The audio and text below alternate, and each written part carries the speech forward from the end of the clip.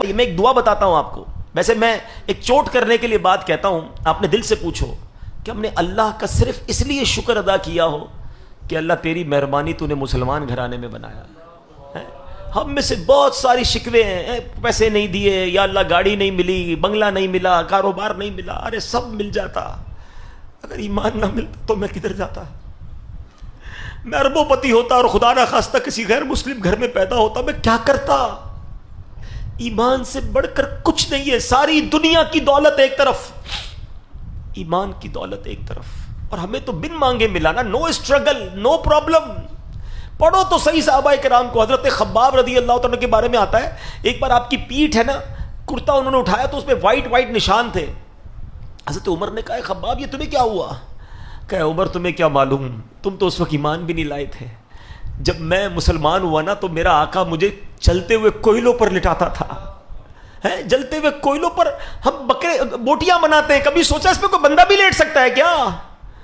کہتے جلتے ہوئے کوئلوں پر مجھے لٹاتا تھا, اور اے عمر میری پیٹھ سے چربی پگھلتی تھی اور اس سے وہ کوئلے بجھ جایا کرتے تھے, مگر پھر بھی میں رب کا نام لیتا تھا. حضرت عمر کہتے ہیں خباب یہ پیٹھ لاؤ, میں اسے چومنا چاہتا ہوں جو اسلام کی خاطر جلائی گئی ہے. کیا تکلیف ملی ہے مجھے اور آپ کو ایمان لانے پر؟ کیا پرابلم آئی ہے مجھے اور آپ کو ایمان لانے پر؟ مگر وہ مار کھا کر بھی نماز پڑھتے تھے, ہم اے سی میں اور پنکھوں میں بھی نماز نہیں پڑھتے. وہ قرآن پڑھتے تھے. آپ کو پتا ہے میرے آقا جب قرآن پڑھتے تھے کفار کیا کرتے تھے؟ انہوں نے لڑکے رکھے ہوئے تھے کہ نبی پاک قرآن پڑھے تو تم شور مچانا, تم تالیاں بجانا, تم یہ کہنا معاذ اللہ یہ جھوٹا ہے, اس کی بات نہ سنو. ان کو ڈر تھا کہ ان کی تلاوت لوگ سن لیں گے تو ایمان لے آئیں گے.